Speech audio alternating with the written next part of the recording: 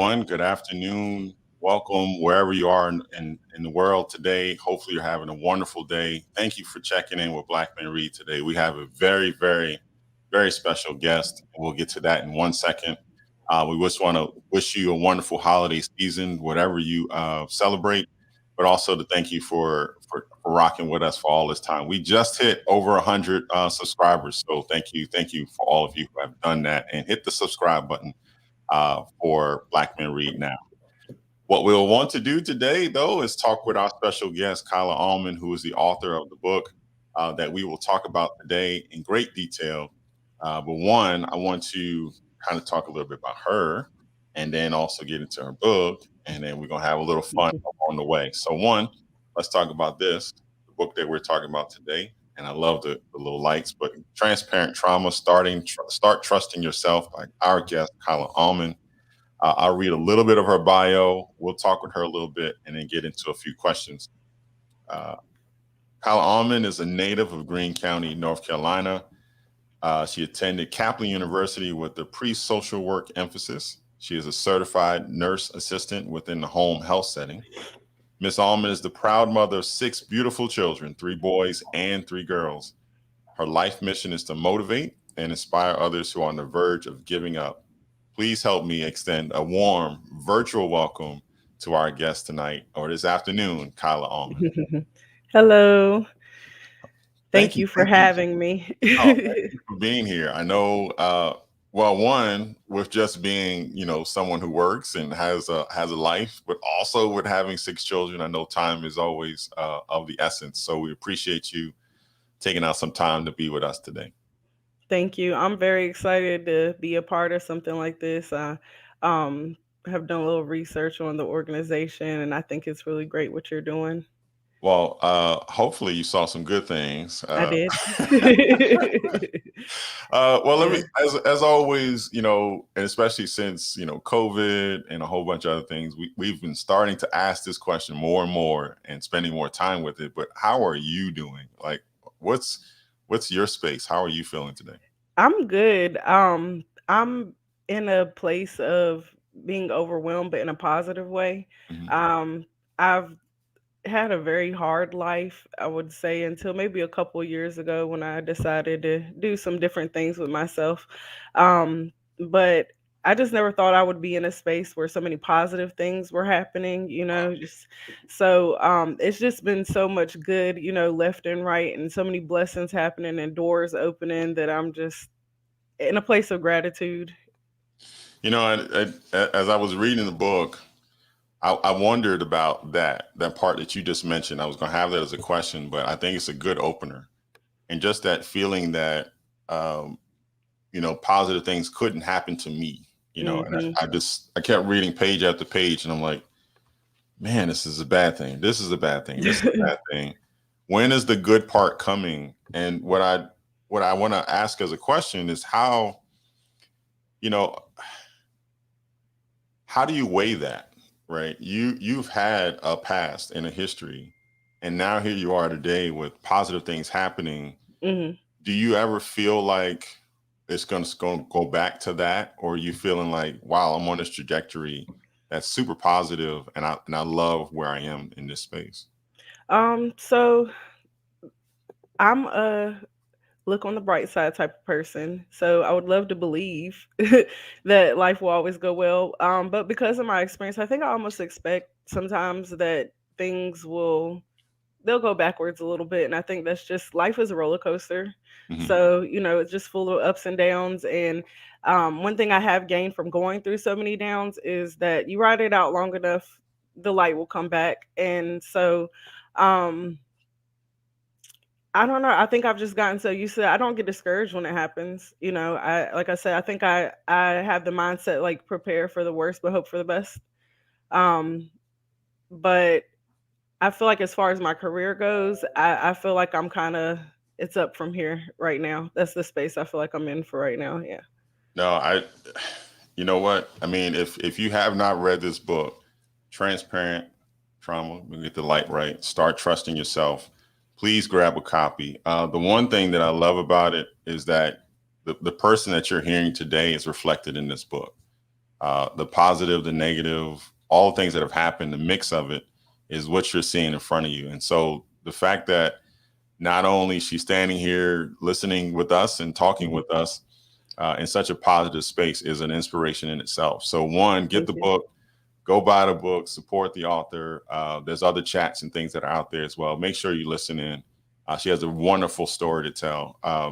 And I think this book is one that people will get a lot of inspiration and maybe even feel seen. There may be people who are going through that. And I think we'll Yeah. cover some of those things as we go forward. So normally I would, read the description of the book, right? And I would say, here's what the blurb is, and I have that. But I want to hear it from you. So, what is this book about? If you were talking to someone who had not read this book, how would you describe this book to someone? Why should they read it? And in your own words.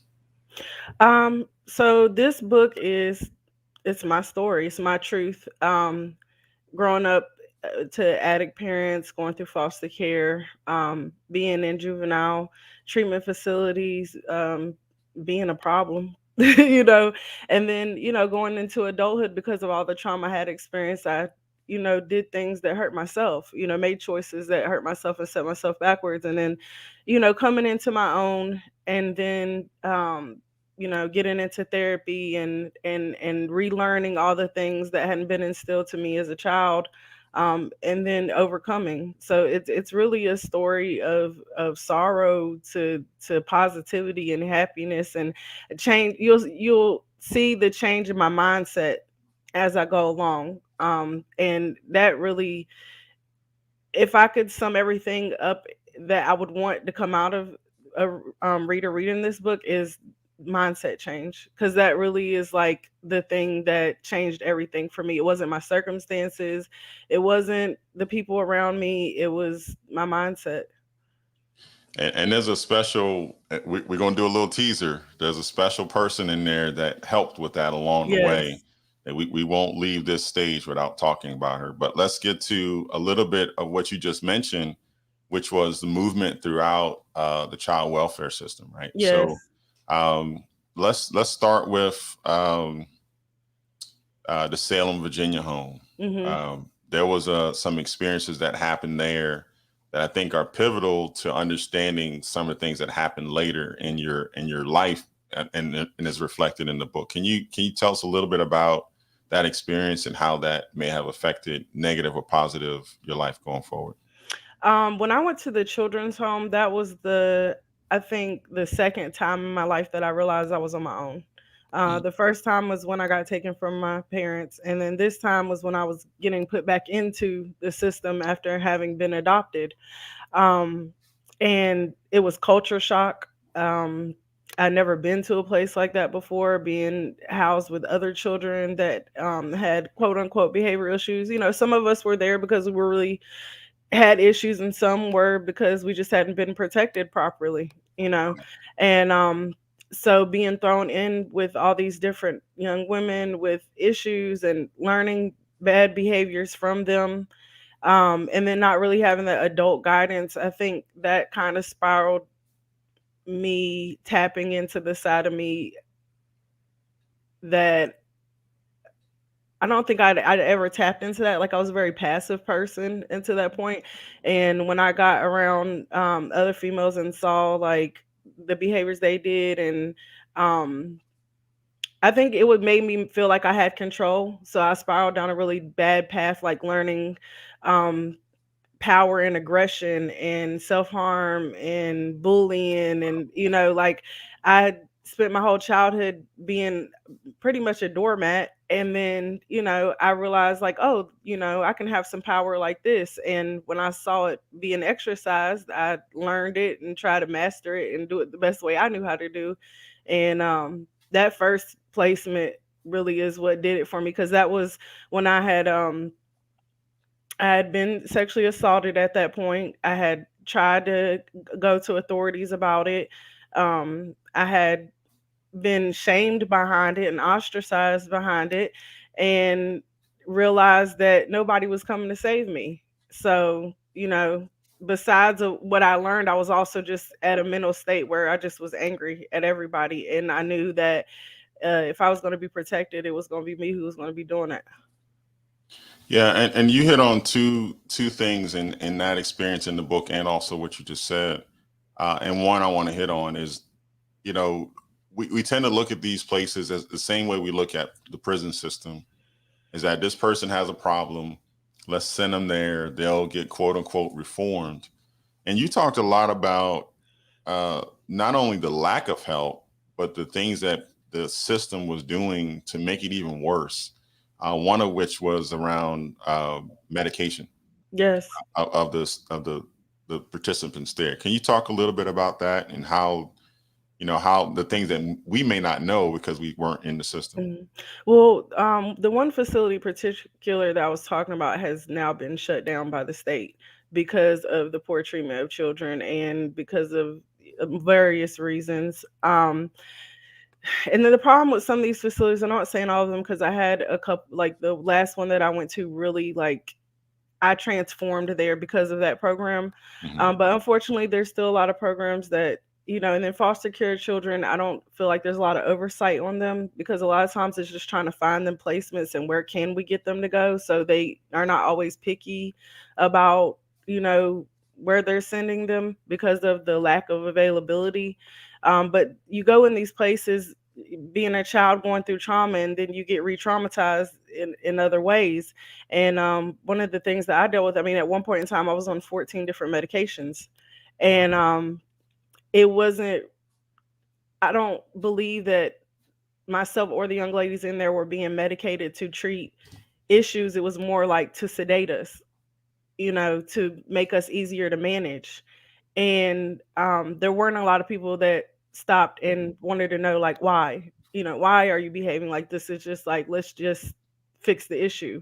So and then the problem when you're over medicating and misdiagnosing, is that sometimes these medications have long-term side effects that are irreversible. If you're taking a medication you were never supposed to be on to begin with, now this child has a whole another set of issues caused by something that was supposed to fix the problem. So, and then when kids get over medicated and have a really bad experience their first time dealing with mental health, it makes it very hard to get them to agree to do it, even when in adulthood, if they actually need it. And I am one of those people that, I take anxiety medication, and but it took me years to be open to the idea because, my trust had been broken. And um I feel like that happens to a lot of people. That happens to a lot of people, and then they don't end up getting the help that they really need or deserve because their first example has just been terrible. No, this is, this was one of the eye-opening pieces of the book for me. There's many of them, but um, just the, for kids, especially in this particular case, who needed therapy the most, who needed, love and affection the most, they got it probably, it sounds like the least. Hmm. They were just kind of put in, spaces and laugh to defend for themselves. You mentioned bullying, you mentioned the fighting. Um, you know, there was no oversight of the children at times. It just seemed like it was just a spiral that was meant for the destruction of the children in those places. And there was one thing that you also mentioned. And this, it never dawned on me how this could work out that way. But again, you kind of laid it out really well. And that was, you even if you were a nice child coming into the space, nice, and I think you even said it this way, nice equaled weak. Hmm. And so now my persona has to change for my survival. So then it becomes again more like some of the elements of a prison system. Hmm. And you mentioned taking that to even to adulthood, and how you dealt with some other people. Can you talk a little bit about that? Because I think that's an important point to even notice that when we put children into these spaces, the children we get out of those spaces may be affected because of the space itself. Absolutely. You become uncivilized. I mean, that's just the way, that's the best way to explain it. Um, First of all, it's no different than the prison system. A lot of people will belittle it because it's juvenile, but the experience is the same. The mentality is the same. The aggression level is the same. And sometimes I would even say maybe a little bit more because children don't have the emotional capacity or maturity. And especially these children that end up in places like this, they don't have the example to even know the right way to handle things. And for somebody like me, like I'd never fought a day in my life. I was raised by my grandmother, for a large portion of my childhood, and she was very against that. And and I believe wholeheartedly in that, but I got in there very quickly and realized if I didn't learn that yeah, I wasn't going to have pretty much of anything. So I learned very quickly, and I happened to just naturally be good at it, and that opened up a whole new world for me because I didn't try to be nice anymore to get my way. I could use other methods. And then you almost have to adapt to your environment in somewhere like that. Some of these girls are in their 3 6 years, they age out because a lot of times when you get in some of these places, they will keep extending the treatment plans. Every time you go in, it's a little bit longer, and every little thing you do, they're picking on. And in their defense, kids like that are not easy to love. We make it very hard, we push away, and so it takes very special people to get through and realize that that's what these kids are doing. They're trying to push you away to see if you're really going to go, not because they really want you to. And then I come out as an adult and I've learned no social skills. This is what my life has been for since 14 to 19 now. And that's how I've always handled things. And so then I come out here in what we would call the real world. And, sometimes I'd make a fool of myself and I'd be puzzled, like, why am I the only one acting like this? Or like, why am I taking it this way? Or like, why am I handling it this way? And Yep. then you go through, there's a lot of transitions that I think that even stands for, the adults that are incarcerated when they come out. It's just, you have to use a whole different set of social skills to survive out here versus surviving in there. And then after you get through the survival phase, then it's thriving, and that's a whole different set of social skills that you have to learn. So I think it definitely does stunt your emotional growth, you know, being in places like that. I feel like even I'm 31, and I still haven't arrived. There's still things that, most people might think that I should know how to do or understand, that I'm still, I just learned at 30 how to be a daughter, Wow. so Wow. that's something that is not always natural. There's a lot of things that when your kids are separated, um that are not natural. You may not know how to be an aunt or a sister, or just like these basic things that a lot of people take for granted. You know, you just reminded me of something when you said you just learned how to be a daughter, but there was also, and you can tell how much of the story you would like, Hmm. but there was a part where you didn't know what a father was because of, the very peculiar circumstance of the father Hmm. figure in your life. That when you went out and told someone, "Hey, this is what my father and I do," they were like, "Well, wait a minute, that's not what fathers Hmm. do," right? So, Right.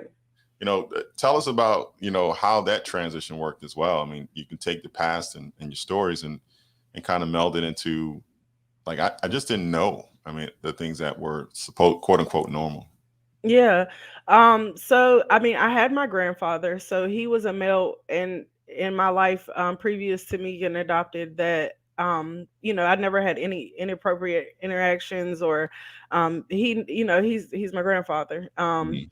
And but getting adopted, my adoptive father, it was just a very twisted relationship. It was a lot of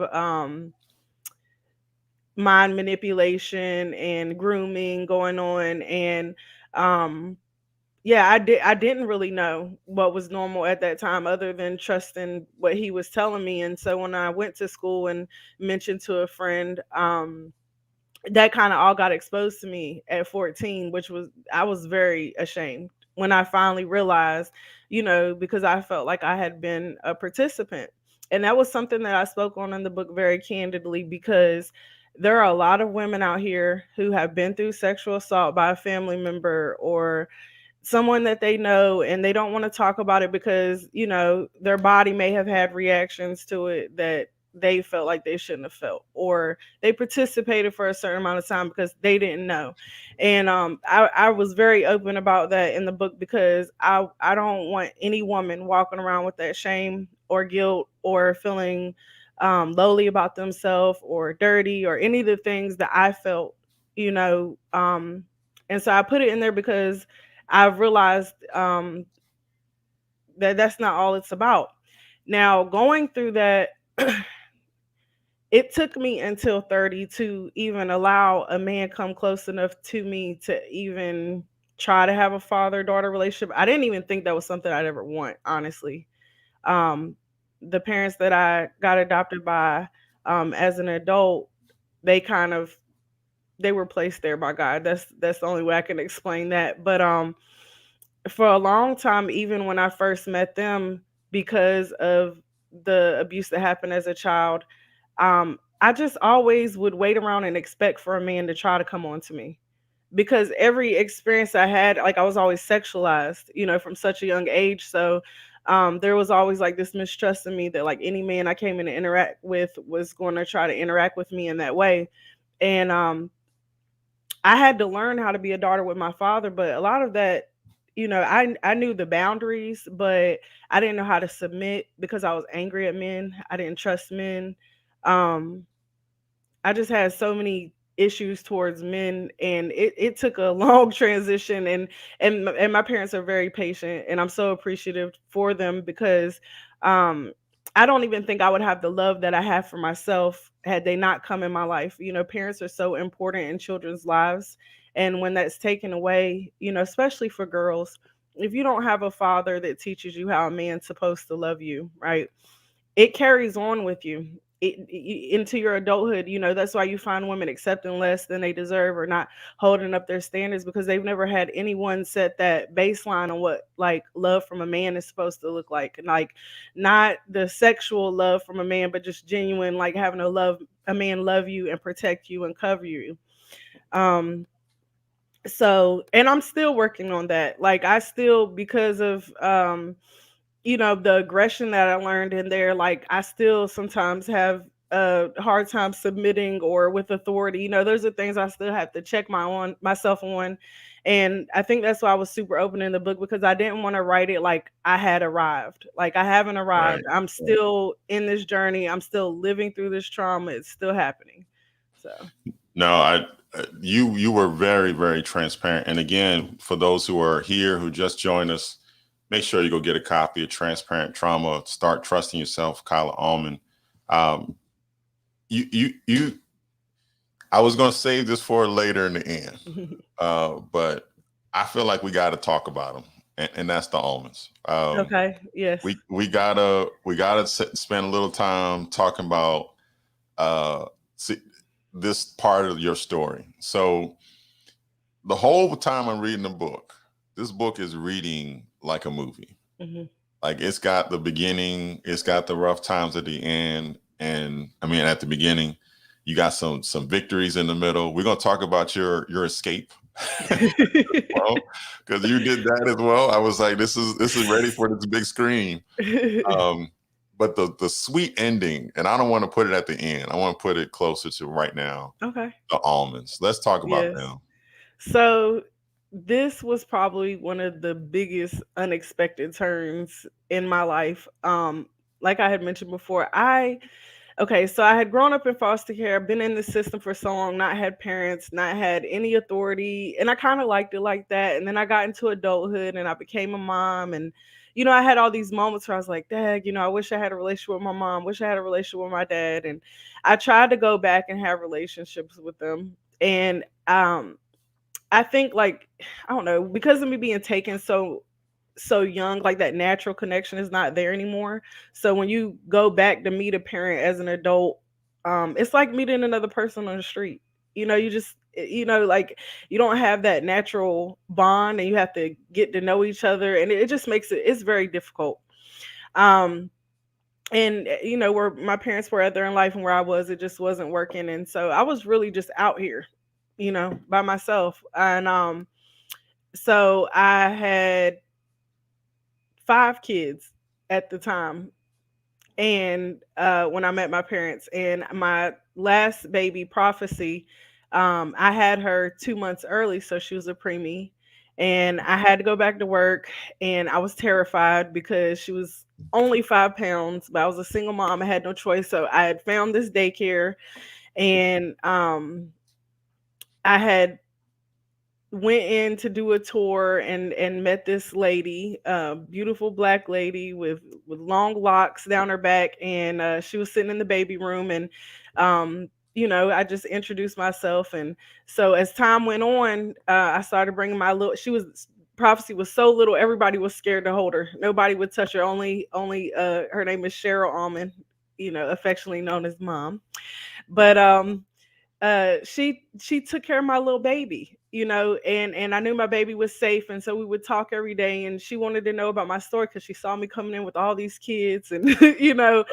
and everybody was always just so impressed, like, how the heck do you do it, and so she was very intrigued by my daughter's name, and she asked me about that, and I told her God had given that to me while I was pregnant, and so that's the conversations first started off of that, because of a spiritual, she's a spiritual woman, and she just thought that that was ironic. So the story with my parents is that they've been married for, hope they don't fuss me. I think it's 26 years. It's a long time. It's over 20. So they've been married, and I think they did try to have children at one point, and just thought that that was just something that was never going to happen for them. They did try to do foster care, didn't go through with that. So, my mom is 60 years old, kind of just thinking like, she'd been praying for her family and just was kind of coming to peace that maybe wasn't going to happen for her. And so it was just God the way we linked. They didn't have any children. I did not really have any present active parents. We talked every morning, and I would be late to work every day, running my mouth to her.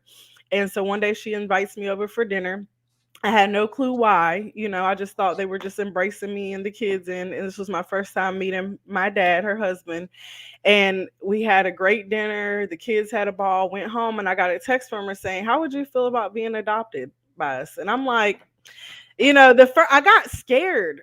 Like everybody has that reaction, but my trauma filled self was like, "What do you want from me? Why are you being so nice? Are y'all gonna try to take my kids from me?" Like there was so much fear, and the beautiful thing about them was I was able to express every fear I had and every concern I had, and they have just been such a good example of like what love looks like, and patience and understanding, because I was not easy to love even then, and I grew so much from that, like my self-esteem grew, and there were some people that thought the idea was crazy, like why would they adopt a 30-year-old woman, Right. Right. like, and then, people were looking at me like, well, what are you in this for? And it was literally just pure love. And God just put a group of people together. And you can't tell me that my mom didn't push me out. That's my mom. And, when the family sees us together, my mom will be like, you act like your dad, or my dad will be like, you act like your mom. And it's just been like a perfect fit, and now the whole extended family has embraced my children and Wow. it's something that I always wanted, didn't think I'd ever get, but something I needed for sure. No, I was not expecting this twist. I Yeah. didn't know your story until I read the book, and I was like, there's got to be a positive somewhere in this book. Yeah. And then this one came in there. I was like, I did not see that coming. Yeah. To think of the spirit of a couple, specifically your mom, who just said, "Hey, I see something happening. Not only in my situation, I feel like it can help because they can always just give you diapers, right? They Right. can give you a This couple is dollars. hard work. There's It is six hard grand, work. and they're active grandparents, active. Like, and my father, they're just, I'm very grateful for them. That was a man. For those of you who didn't catch that, here it is. Our guest with 5 children at the time was adopted by a couple, and she became their child. Like absolutely phenomenal story. Mhm. Wonderful twist in the life of you and your children as Yes. well. So now they have grandparents that love on them and can care for them, and they can see that model. And all of the stuff that could have been in your past that could have leaked into their life, Right.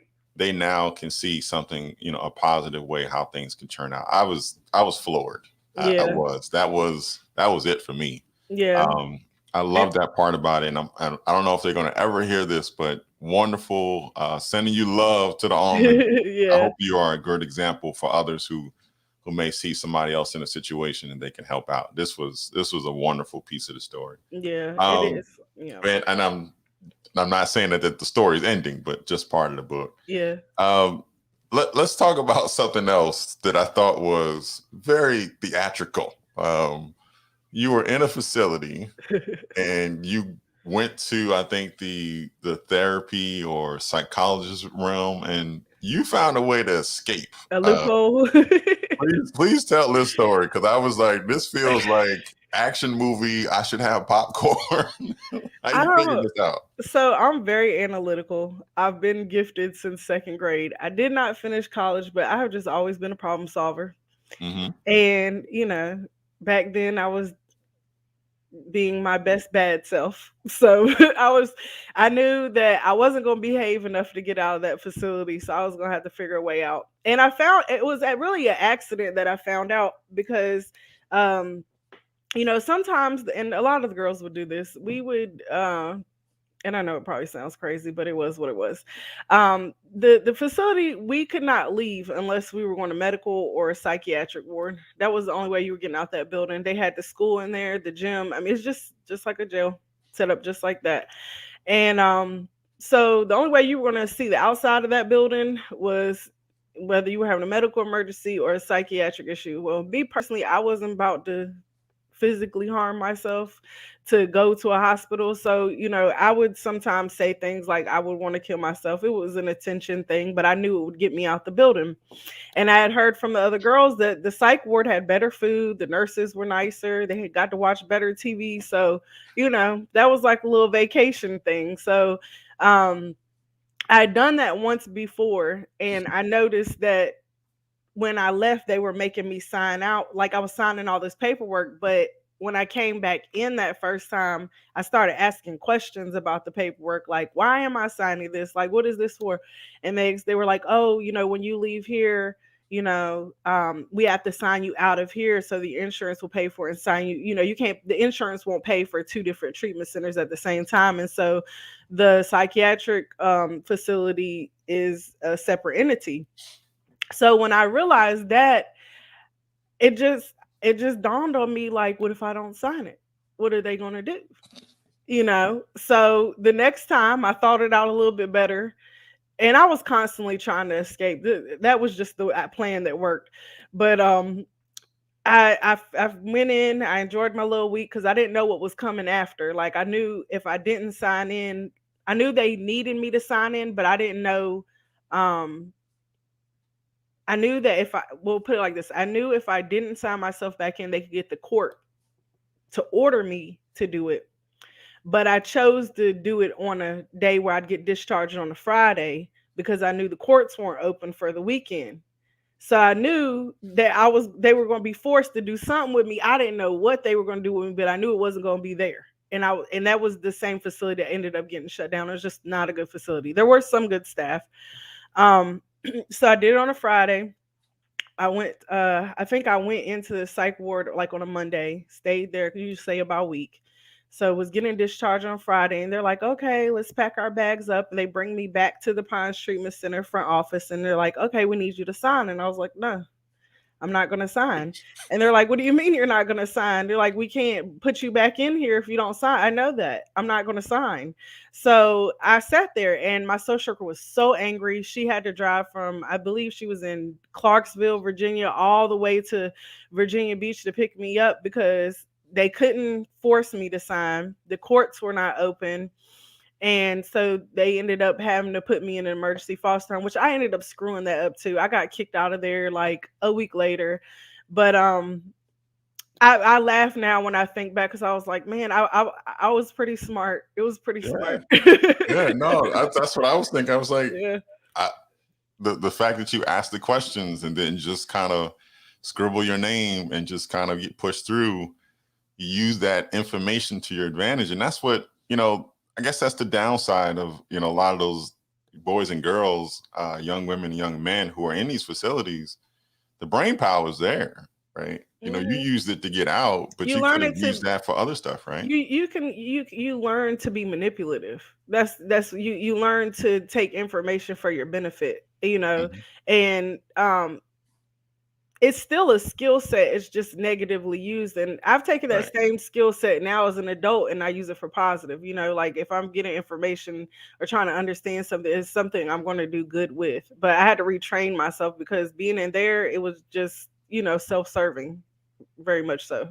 Yeah, those same skills you could have been using to be an engineer or to be a salesman or something, right? Yeah. You're just processing information.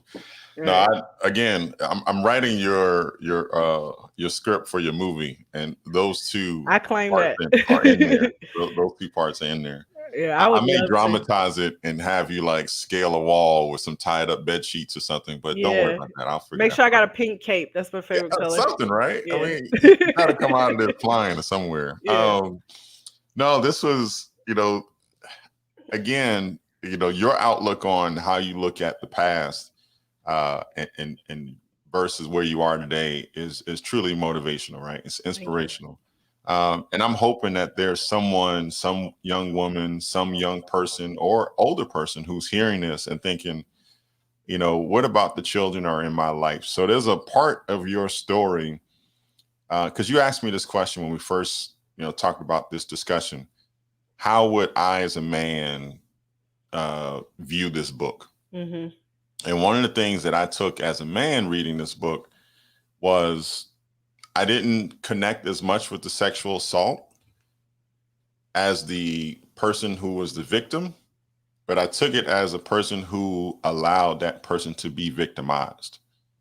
Am I an uncle, cousin, neighbor where this stuff is happening and it's just happening around me and I Mhm. don't look at the signs and say, well, it's kind of weird that they never let her out of the building. It Right. seems weird that they're sitting so close to each other all the time. Mhm. She's always got her head down. Whatever the signs are, that's how I felt. And I kind of had a little slight gut punch because I'm like, I have nieces, right? Mhm. And I'm wondering, is there a situation she needs help from, being protected from?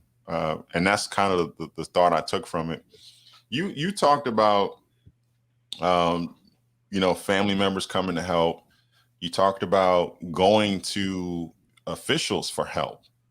And this is one piece I want to talk about is that, your experience with going to the school officials, law enforcement, whatever it was, the courts, just trying to get some kind of justice, some help in your situation. Can you talk a little bit to the audience about those experiences?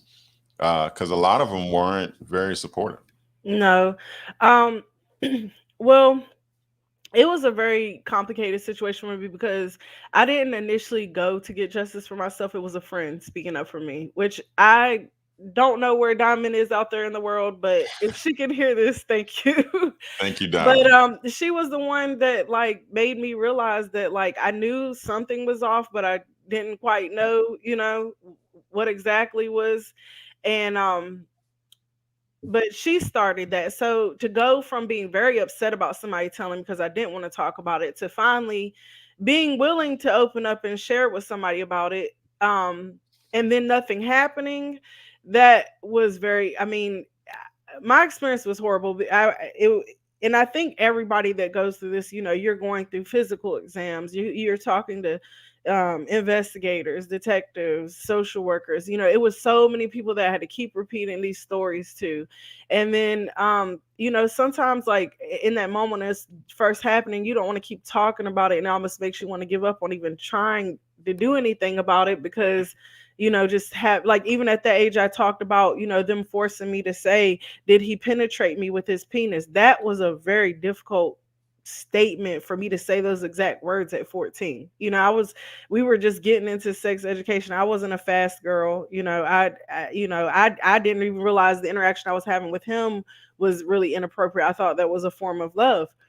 And so to say those words, like, I still had an innocence about me in a sense, and then, being told that, okay, if you tell, we're going to protect you, we're going to, because my biggest fear was Barbara, his wife, Yeah. not him, because he was gentle with me. He manipulated my mind, but physically he was gentle with me. I wasn't held down and forced or anything like that, which doesn't make it any better. But compared to her, who was violent and physically abusive, and we're getting hit with 1x2s and cables and whatever she can get her hands on, he seemed like the better person out the two to me. And that's who I was stuck with.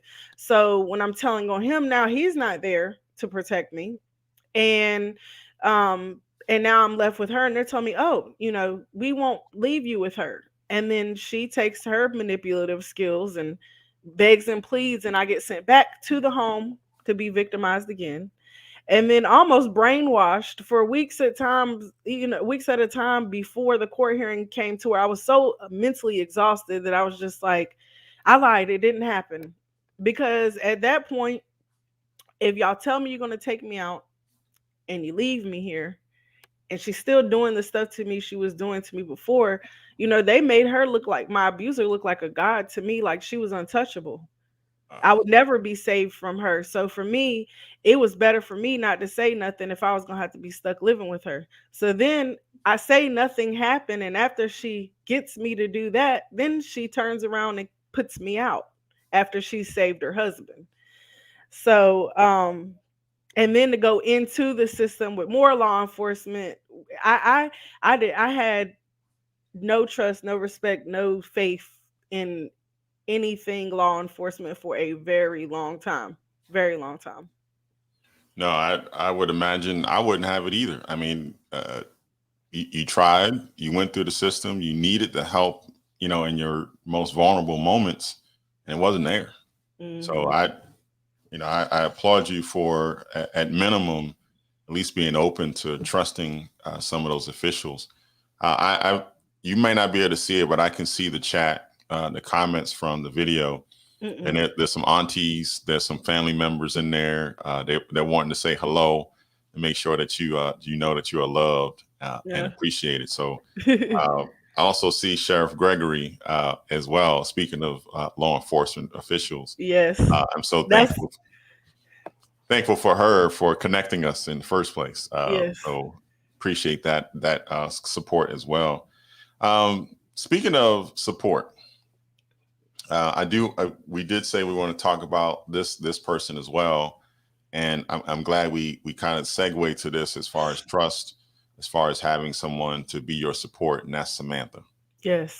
Can you tell us a little bit about Samantha, and again why this is such an important figure in your life? So, Samantha is, well, at the time was a therapist. I know she's a lot further along in her career now.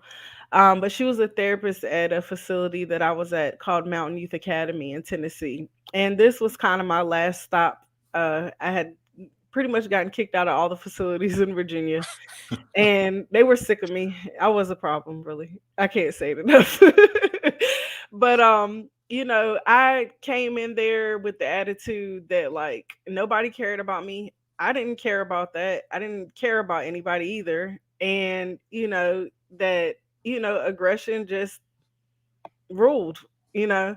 Mhm. And so she, when you come in there, you have to see a therapist at least once a week. And so I'd ran through a couple therapists already and kind of run them off.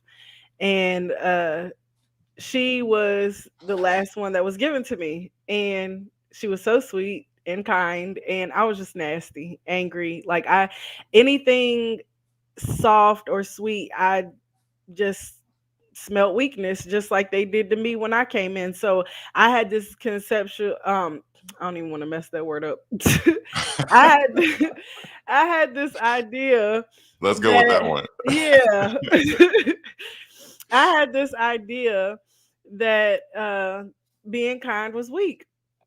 And I started to believe that. And so when I saw, and I didn't like weak. And so when I saw her and met her and spoke with her and she was always kind, I just was like, I just tried to bully her. And there was times I'd have that lady crying in her office. I'm throwing stuff, I'm cussing. I mean, I just was a and one day I just snapped and I was like, why won't you go anywhere? Like, I don't want you to be my therapist anymore.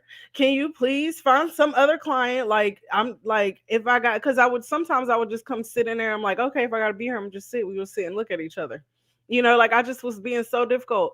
And that day that I snapped like that, and she looked at me and she was like, I'm not going to leave. I'm not leaving you. I'm not giving up on you. She was like, you're not crazy. All those diagnoses and stuff that they're giving you, you are just someone who has been very hurt and you have every right to be angry. And I'm not giving up on you because I see so much more in you. And that was just such a profound moment for me because I was in a rage. And I was really angry about somebody wanting to stay. And I realized when I got older that was because I was scared to care for someone. Everybody had left or been taken from me. So I had this guard around my heart that, if I thought that you might be able to get close to me, I was going to push you away. And she wouldn't let me. This little mild, tiny little lady was not, she wouldn't let me, Wouldn't and let then go. on top of that, honestly, the other thing that, and she was a white lady, and I at that time had a lot of mistrust with, Mm. anyone that was Caucasian, because a lot of the sexual and physical abuse had come from, that part of my family or that race. And so I had already had a blocker up with that, and she broke down all those walls. I like everything that I had my mind made up on before that day. Like, that just, it broke me down. I started crying because I'd never had nobody say they wouldn't give up on me, not just like literally to say those words. And it's so important to use your words with people. Like, it is important to tell them that they're important and that they can be something and that they mean something, and that you're not going to give up on them. Like, those seems like such cliche things to say, but to someone who's never heard it, it can really like just change their whole life and perspective. No, it's you can tell even from the tone of the book that after you had your experiences with Samantha, like a lot of your outlook changed. Hmm. And one of the pieces, and I do want to make this one of the final questions before we get to close, um, is around your relationship with God. Um, Later in the book, and this is where I would expect it to be, because things were starting to break for you in positive ways, that your relationship got stronger and stronger. So one, two-part question. One, where did you rekindle that faith in God? And then two, how has that been an impact in your life today? Um, I rekindled that, I think, after I had my daughter, Mhm. because I knew that like I didn't have the skill set or the knowledge to raise her so that she didn't go through the things I went through. I didn't know how to break those generational curses. I knew I didn't want her to ever feel alone. I didn't want, there was a lot of things I didn't want my children to go through. And so I started trying to find that. But it wasn't really until like I really, really hit my lows, like my lowest lows with some of the men that I loved. And I realized and looked around that, and this was before my parents came along, that it's really just me and these kids, and like I don't have anywhere to look but up. And then I started learning about speaking positive and like the power of my mouth. And when I started learning that, then it made me believe in God more and the principles more. And and I'm still not like, I don't go to church every Sunday, but I have a very, very good relationship with my father, and I listen to him and he guides me. And I just I'm an evidence-based person, and so it's like if I'm doing something and it keeps on working, why would I stop? You know? Right, right. So I feel No, like it's just been proven. Like I spoke so many things over my life, and I try to use that same mouth I used to tear people down to build them up now. Um, and then honestly, if you don't believe in God, if you just look at my story, there was some higher power intervening in there because I there's so many statistics that I'm supposed to fit in right now, and I'm breaking all of them. I'm breaking every kind of curse, generational curse in my family. I'm doing everything differently than what people would expect me to do. So no, absolutely. And again, I'm going to say this a couple more times before we finish, but please go get the book. The stuff we're talking about today will absolutely come to life more when you read the book. yeah, We're just touching on a few of the pieces to make sure you understand what the book's about, what her life's about. But you got to read the book. We left out some major yeah, pieces, yeah, and trust me, you'll learn a lot more about what she's saying right now from reading the book. yeah. There's a couple people still jumping in. I think your cousins are in here, your family members in here. So I uh, can't see the chat. I'll I have to know, come I back know. and We're look gonna at it. say that for later. I didn't want Yes. you to be reading all of them. But no, Yeah. we're definitely happy that you have community, you have family, Yes. you have a positive outlook, and you are such a inspirational force. Thank you. I want to keep going. I got like 15 more questions here, but I'm trying to figure out which one to do last. But I think the perfect way to end it is with your children. Yes. I think we've talked and hinted on them a little bit, but you are a mom Yes. of six beautiful children, three boys, three girls. Yes.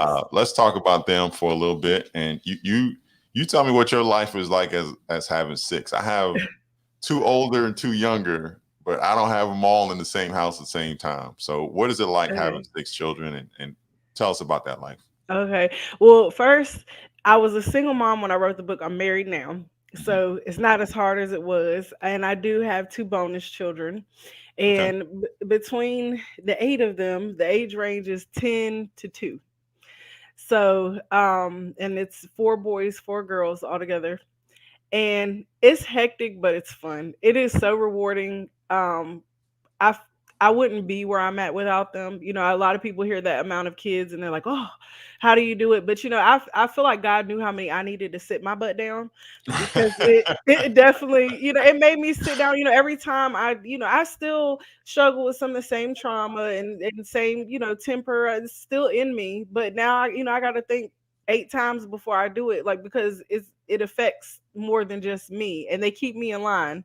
And all the things that I pour into them, kids, they'll use it back on you and keep you in check too. So we're very family oriented, a lot of fun here, a lot of different, everybody has very different strong personalities and everybody's super smart. So they keep us on our toes, but I wouldn't have it any other way. That was something I always wanted, and I that came from being in not having family. I wanted a large family, and Right. uh Right. and I got one. So, and I'm very appreciative and excited to see where life takes them. They were a big reason why I wrote this book. A big reason because I wanted to show them that no matter what your criminal history is, what degree you hold or don't hold, or how many kids you have, or whether you're living in the projects or you're living in a mansion, when you put your mind to do something, you can do it. And I did it, in the midst of raising them at the time by myself. I had a lot going on in my life when I was writing this book. But I'm just so happy that I did, and I'm so happy to be their mother and watch them grow up, and you know it's great. No, that I would imagine you said the spread is from 10 to 2. Mhm. Um, there's a lot of growth happening. Especially from that 0 to 4, they're Yes. changing like every 5 minutes. It feels like. Yes. So you're going through all of that multiple times over. Yeah. I would Well, I'm imagine. I'm a vet with the little ones, but my 10-year-old, this is new territory for me. This is Well, you new better get good because territory. you got some 10-year-olds coming. Yes, yes. Yeah, that's new territory. She's coming into her own little Oh personality, has yeah, her own little style, and everybody's opinionated. They've got my blood in them. So, but yeah, and they it's got very wonderful interesting. grandparents. Yes, So they do. They do. aunties and uncles. This is Yes. probably an exciting time of the year as Yes. well. So It's overwhelming for me because honestly, before my parents came along, I was at a place where I was sitting and looking at my life like, Dad, I'm doing the same thing to my kids. Like, they don't have nobody. And I was like, I was like, Dad, like, maybe I should, what am I doing? And then God, boom, here's a whole ready made family. So we got people in New York, Georgia, people that haven't even met them yet that love that's them. great. And yeah, it's I awesome. will. I'm looking forward to COVID not being a thing, and Yeah. families can get together in bigger ways like they used to, and so they can all Yes. see these children, see your husband and your bonus children as you call them. Uh, Yes. I, I think it's going to be a wonderful outlook for you, and I'm really looking forward to hearing the rest of the story. We got to do a sequel to the movie. We can't just I'm start with claiming one. this movie over. You keep Claiming this saying movie. movie. I'm Look, all I claiming want to that. do really is just be on set where they do the little cut. I want to do that just one time. One time. I just want to be in the Yeah. director's chair for 5 minutes. I'm very excited. I did want to add that this book is a very easy read. Yeah, I just as down to earth as I am now was open in the book. I made it so that, even teenagers can read it. I didn't want it where you have to go look in the dictionary to figure out what this word is. yeah, And it's a very emotional book. It is a very emotional book, but there's a lot of lows and there's a lot of really great highs too. So I'm excited for everybody to kind of go down this journey with me and, hopefully even take some things away to, look at some things in their life. And I was thinking on what you were saying about, being a uncle or, they're men that are fathers. One thing I will say when it comes to like the sexual abuse side of it, it's never too early to have those conversations. Like it's never too early to just talk about good touch and bad touch. Just that alone, just so that they know, because a lot of these things are happening because we don't inform them because we think, oh, they're too little to talk about that, or they shouldn't. But it's a real thing. It is a very real thing, and it happens more often than it doesn't. So, absolutely. And we as men need to get good at that. You being understanding, talking more, protective. One of the things I changed from my old school way was that's my niece. I'm gonna give her a big old hug, right? Well, maybe that's not something she feels comfortable with, right, and enforcing myself on her with a very quote unquote innocent hug right. could still be in a space where she doesn't like that. Yeah, they don't learn And to set so their own boundaries. that's right, and you got to respect it. So Mhm, just having those conversations. It doesn't have to be public, and you're not teasing them and making fun of them just because mhm. they don't want to hug old big Uncle Demetrius, but just making it where you're understanding of who they are and what they would like to have happen with their body. Um, so we got a couple things before we close, and Okay. one thing I like to do just as a fun way of closing out, so people can get to know you a little bit, Okay. and then we'll leave the floor open for you to say anything that you want to say at the end as well. I do a this or that at the end Okay. of these conversations, and you have to pick one. You can't go one side to the other. So if I was to say sweet grits or salty grits, you got to pick one. I'm not going to do Okay. that one this time because I don't know where you stand on that, and I don't want to. I'm a country girl. You I got probably can you up figure here that right now. I don't want you to come out. down because you picked the wrong one. Well, let's try this one. And I noticed in your book you talked about your car. I think it was a Mazda, one of your first Hmm. cars. Do you like to drive or to be a passenger or chauffeured around? Chauffeured. Chauffeured. Okay. Hmm. All right. Some As people long as like. you can drive safely. Okay. Whoa, whoa, whoa. Define that now. Drive safely I don't means. need any certain jerks. I'm okay with a little speed, but Okay. like All if right. I'm having to do all this, that's a no. You don't want a race No, car. no, All no. right. What about sunrises or sunsets? Sunsets for sure. Sunsets. Okay. Yes. All right. You like that romantic book, I look I out the like window? I love nature, and I feel like that's a perfect way to bring in the end of the day. It's very relaxing, a time for reflection. I Yeah. like that. Okay. I like it. I like it. All right. And since it's the holiday season, this is where we typically eat a lot of stuff. Are you a sweet or are you a salty? Ooh, that's hard. I'm gonna say sweet. Sweet. And do you have a favorite? Um, my mother makes an amazing pound cake. That's like my favorite. That's what I look forward to every like I expect a whole cake to myself. Uh, Yes. Mom, is this thing on? Just so Yeah. you heard that. She knows. She knows. I'm telling my mom's. It's like Jesus came down in her hands himself and helped her make that. Oh, That oh, wow. Well, it's you like set the that. bar now. Now all It's of us like on the that. chat want to hear Yeah. have a piece of this cake now. Yes. Yes. All aunties and cousins and uncles, if you could just send one slice to Black Yes. Men Read, we'll appreciate that.